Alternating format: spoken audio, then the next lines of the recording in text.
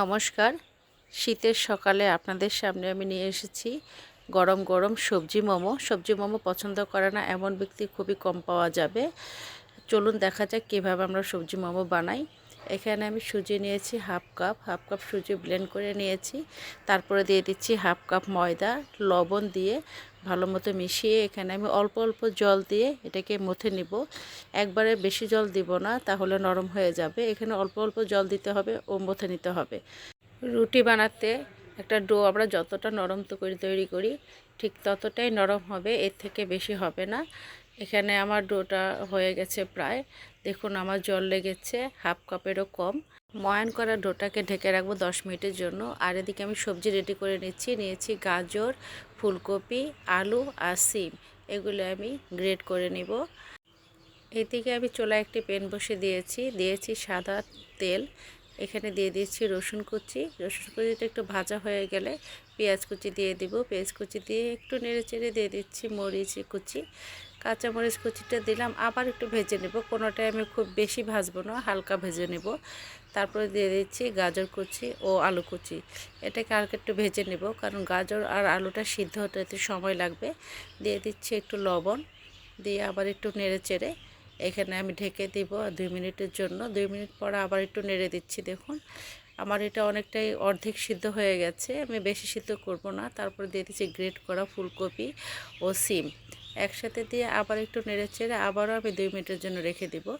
2 minute পর আবার একটু ভালো করে নেড়ে চেড়ে দিয়ে দিচ্ছি কুচি করা ধনেপাতা দিয়ে এটা নেড়ে চেড়ে আমি ঢেকে রেখে দেব চুলা বন্ধ করে আবার 2 মিনিটের জন্য। এভাবে আমার 4 থেকে 5 মিনিট লেগেছে সবজিটা রান্না করতে। এখন দেখুন ডোটা অনেকটা নরম হয়ে এসেছে। ডোটা আরেকটু ময়ান করে নিব। আমি ময়ান করে ছোট ছোট করে এভাবে লেচি কেটে নেব। লেচি কাটা হয়ে গেলে আমি এটাকে একটু একটু করে লুচির আকৃতি দিয়ে এভাবে বেলে নিব। দেখুন লুচির আকৃতি দিয়ে আমি সবগুলি লুচি বেলে নিয়েছি। প্রতিটা লুচি আমি রুটির মতো পাতলা করে বেলে নিয়েছি। তারপরে দেখুন এটাকে আমি সরিয়ে নিচ্ছি অন্য জায়গায়। এখন আমি এখানে যে ভেজে রাখা সবজিটা দিয়ে দিব। দিয়ে একটু একটু করে দেওয়ার পরে আমি এটাকে ভাজ করে নিচ্ছি। আপনারা এভাবে সহজে ভাজ করে নিতে পারবেন। এভাবে আমি প্রত্যেকটি মোমোই আস্তে আস্তে তৈরি করে নেব। দেখুন আমার মোমোটা হয়ে গেছে। তো প্রত্যেকটা মোমো আমি এভাবে তৈরি করে নিয়েছি। মোমোটা তৈরি করার পরে আমি আর দেরি করব না, ওইদিকে একটু গরম জল বসিয়ে দিয়েছিলাম। গরম জলটা আমার ফুটে উঠেছে। এখন এখানে একটি স্টিলের ছিদ্রযুক্ত এই বোলটা আমি বসিয়ে দিয়েছি। এখন একে একে সবগুলি মোমো আমি দিয়ে দিব। একটু ফাঁকা করে দিতে হবে যেন একটার সাথে আরেকটা লেগে না যায়। তো আমি ঢেকে রেখে দেবো এটাকে আমি 10 মিনিটের জন্য। 10 থেকে 12 মিনিট সিদ্ধ হতে হবে। এদিকে চুলায় একটি প্যান বসিয়ে 2 চামচ সাদা তেল, তার মধ্যে দিয়েছি রসুন কুচি, দিয়ে নেড়ে চেড়ে দিয়ে দিচ্ছি তেঁতুল, তারপরে একটু হলুদ আর লবণ দিয়ে আবার একটু নেড়ে চেড়ে দিব। তারপর আমি দিয়েছি সামান্য একটু বিট লবণ, দিয়ে আবার একটু নেড়ে চেড়ে দিচ্ছি।